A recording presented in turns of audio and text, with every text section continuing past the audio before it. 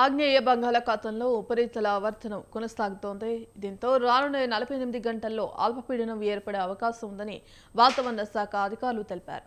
దక్షిణ కోస్తా, రాయలసీమలో వర్షాలు పడే అవకాశం ఉందని సూచించారు. శని, ఆదివారాల్లో కడప, అన్నమయ్య, చిత్తూరు, తిరుపతి జిల్లాల్లో వర్షాలు పడే అవకాశం ఉందని, పలు చోట్ల పిడుగులతో కూడిన తేలికపాటి నుంచి ఓ మోస్తరు వర్షాలు కురుస్తాయని చెప్పారు. మిగిలిన జిల్లాల్లోనూ పలు చోట్ల పిడుగులతో కూడిన తేలికపాటి వర్షాలు కురిసే అవకాశం ఉందని వాతావరణ శాఖ అధికారులు వెల్లడించారు.